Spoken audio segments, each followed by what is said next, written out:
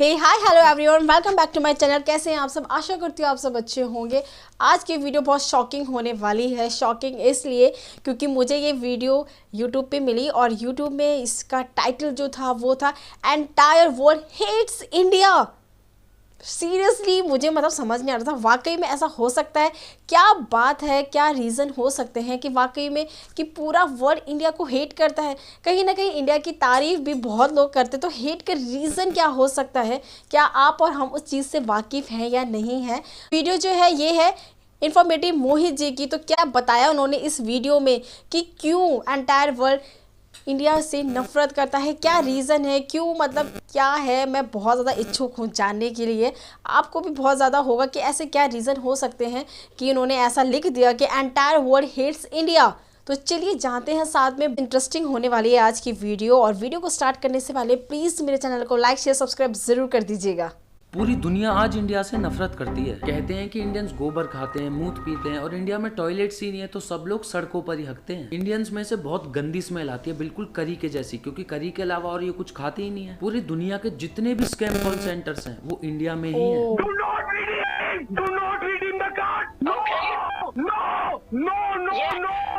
India पूरे world की rape capital है। यहाँ पर एक भी लड़की सेफ नहीं है। माइनॉरिटीज को टॉर्चर किया जाता है और फूड बिल्कुल अनहाइजीनिक है, जिसके लिए तो अकेला ये आदमी जिम्मेवार है। इंटरनेट पर इंडियंस को हजारों किलो गालियां मिलती हैं, वो भी डेली। और जो इंडियंस दूसरे देशों में रहते हैं ना, उनको तो लिटरली हरेस और इवन असॉल्ट तक भी किया जा रहा है। जैसे कि ये भाई पोलैंड में रोड पर घूम रहा था, तो इससे एक अमेरिकन टूरिस्ट आकर कहता है कि तुम पैरासाइट इन्वेडर्स हो, तुम हमारे देशों में क्यों आते हो? Why are you being a parasite? You think it's okay for you to invade Europe? You're genociding our race. You're an invader. Egypt में अबियन न्यू को 5 स्टार होटल मैरियोट के अंदर एक इंसान गालियां देने लगा, इनके मुंह पर थूकने लगा और ये कहने लगा go back to India you dirty Indians. Canada में इस पिज्जा डिलीवरी बॉय को हैरेस करना। You're not like that. Does the exact strange you have to give $20 is good? Like you think I'm a clown. Call your workplace. US police ने petrol car से एक Indian लड़की को मार दिया, तो उनका वाइस प्रेसिडेंट हंसते हुए कहता है कि इसकी लाइफ की तो लिमिटेड वैल्यू थी। No, it's a regular person. Yeah, just write a check. Yeah, what? $11,000. She was 26 anyway. She had limited value. Texas में इंडियन अमेरिकन वुमन पर रेसिस्ट रिमार्क्स पास करना और इवन अटैक तक करना। Gone viral. Oh my God, guys, record!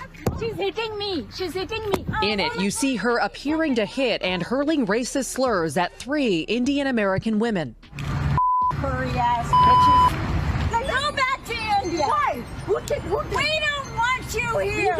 ये तो वो किस्से हैं जो वायरल हुए हैं, वरना ऐसे हजारों इंसिडेंट्स हैं जिनके बारे में हमको पता तक नहीं लगता। लोग दूसरे देशों की गवर्नमेंट भी हमारे लिए रेसिस्ट है। जैसे यूक्रेन डिफेंस मिनिस्ट्री ने ये पोस्ट किया, चाइनीज गवर्नमेंट का इंडियन रेसिस्ट एड्स पब्लिश करना। जर्मन मीडिया इंडिया को चाइना के साथ ऐसे कंपेयर करती है। मालदीव्स के मिनिस्टर्स ने इंडिया के लिए रेसिस्ट रिमार्क्स पास किए। और अभी रिसेंटली ईरान के सुप्रीम लीडर ने गाजा की वॉर को इंडिया के साथ कंपेयर करके बोला कि इंडिया में भी ऐसा ही हो रहा है। छोटे मोटे रेसिज्म को तो काउंट भी नहीं कर रहा मैं, जो वेस्टर्न मीडिया आए दिन करती रहती है। साउथ कोरिया में इंडियंस के साथ रेसिज्म हो रहा है। कुल मिला के पूरी दुनिया हमको क्रिटिसिज्म के नाम पर भर भर के गालियां दे रही है और इस सब से इतना हेट पैदा हो रहा है कि चीजें आउट ऑफ कंट्रोल होती जा रही है। और कुछ असली रीजंस पर बात करते हैं, जिसमें सबसे पहला रीजन है स्कैम कॉल सेंटर्स। सिर्फ 2022 के अंदर इंडियन स्कैम कॉल सेंटर्स ने अमेरिकन के $10 बिलियन चुराए हैं, जिसमें से ज्यादातर पैसा बूढ़े लोगों का रिटायरमेंट का रहता है। तो हमें जो स्कैमर्स का टैग मिला हुआ है वो जस्टिफाइड है? बिल्कुल है। मैं पर्सनली तो स्कैमर हूँ नहीं, पर इंडियन होने के नाते ये धब्बा हम सब पे लगेगा ही लगेगा जब तक हमारी गवर्नमेंट इस पे कुछ एक्शन नहीं लेती। गवर्नमेंट तो छोड़ो, लोग भी इस पे आवाज नहीं उठाते। दूसरा रीजन ये है कि इंडियन से ज्यादा और इंडियन से बड़ा कोई और रेसिस्ट हो ही नहीं सकता। बिना दाढ़ी के लड़का मीठा, बिहार के लिए पूरा इंडिया रेसिस्ट। नॉर्थ और साउथ की अपनी अलग बसड़, लैंग्वेज के लिए अलग रेसिज्म। और नॉर्थ ईस्ट वालों के साथ तो सालों से ऐसा बिहेव करते आए हैं जैसे कि वो किसी अलग देश से हो। पंजाबियों के लिए रेसिज्म, हिंदू मुस्लिम सिख ईसाई के लिए racism, lower caste upper caste के लिए रेसिज्म। और तो और एक कास्ट दूसरी कास्ट को गाली देने में लगी है, चाहे वो अपर कास्ट हो या फिर लोअर कास्ट हो। काले और गोरे का रेसिज्म, सुंदर और बदसूरत का रेसिज्म। कोई लड़का फैशन डिजाइनिंग करे, अपना ध्यान रखे या फिर अपनी स्किन केयर का ध्यान रखे तो लड़कियों की तरह ड्रामे करता है, मीठा कहेगा। और कोई ना रखे तो गंदी सी शक्ल का। ऐसे ऐसे गाने बनाना।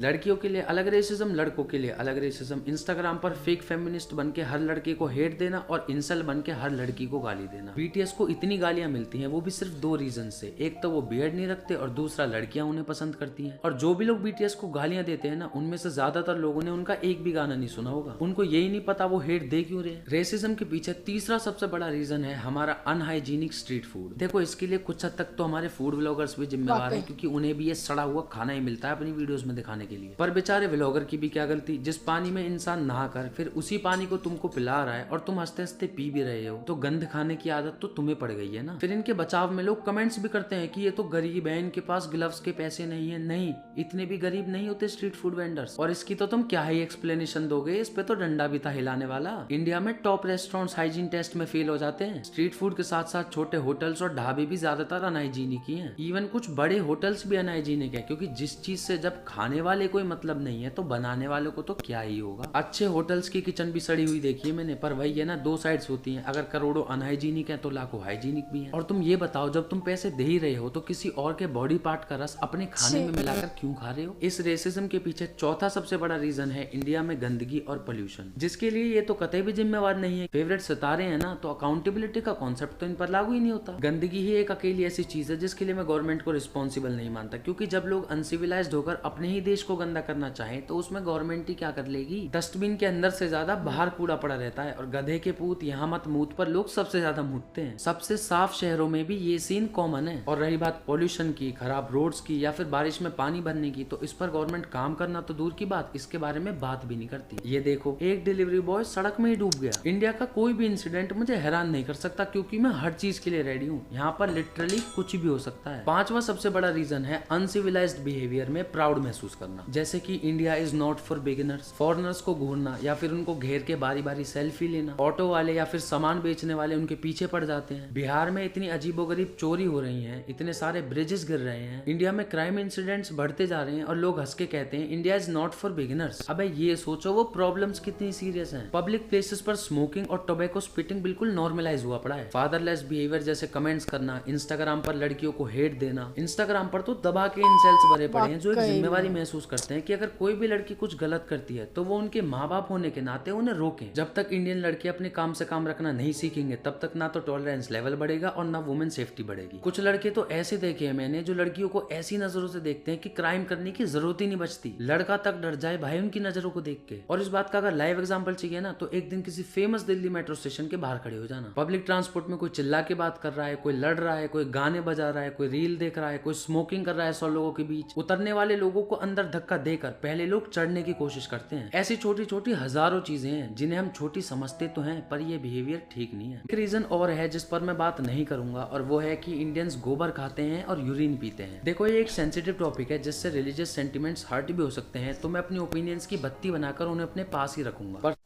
वाह मोहित भाई वाह, आपने तो बिल्कुल सारी बातें सच्चाई रखती। मैं कुछ बोल ही नहीं पा रही थी, मतलब इतना ध्यान था मेरा सुनने में इतना ज़्यादा कि वाकई में यार ऐसे तो कई चीज़ें हैं जो हम ध्यान ही नहीं देते हैं, और हमारी ही वजह से इंडिया को गाली मिल रही है। हम लोग बहुत बड़े जिम्मेदार हैं।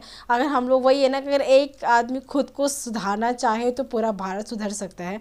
उन्होंने ऐसे ऐसे पॉइंट बताए जो बिल्कुल जेन्युइन थे, बिल्कुल बहुत ज़्यादा वाकई में। और ये जो उन्होंने वो बताया ना कि गोबर खाने वाली प्रथा ये भी होती है, शायद होती होगी इंडिया में, क्योंकि इंडिया में सबसे ज़्यादा अंधविश्वास है। इंडिया के बराबर अंधविश्वास तो शायद कहीं पे भी नहीं होगा।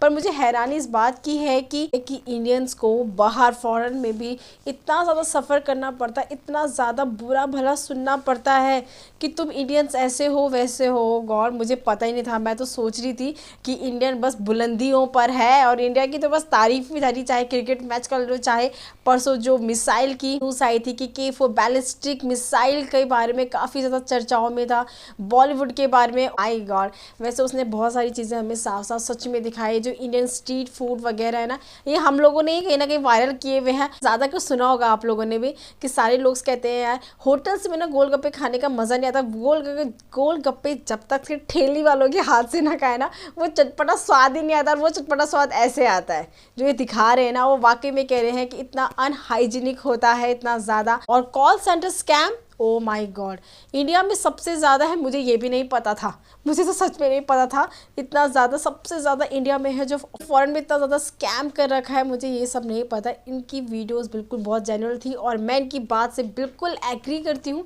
एक पहलू अच्छा भी है और एक पहलू गंदा भी है, तो गंदा वाले में काफ़ी ज़्यादा ध्यान देने की ज़रूरत है। जो अंदर ही अंदर हम आपस में लड़े जा रहे हैं, चाहे जातिवाद को ले लीजिए आप, चाहे रंग को ले लीजिए, एक सच ला के रखा है उन्होंने सबके सामने। तो काफ़ी अच्छी रही वीडियो, बहुत ज़्यादा एक सच्चाई से रूबरू किया हमें इन्फॉर्मेटिव मोहित जी ने, तो बहुत अच्छी वीडियो रही। आप मुझे कमेंट्स करके बताओ कि आप कितना ज़्यादा एग्री करते हैं मोहित जी की वीडियो से, और आपको क्या लगता है कि क्या वाकई में ये सच्चाई है हिंदुस्तान की या नहीं। तो आप मुझे कमेंट्स करके ज़रूर बताइएगा। मैं फिर मिलती हूँ नेक्स्ट वीडियो में, तब तक के लिए बाय बाय।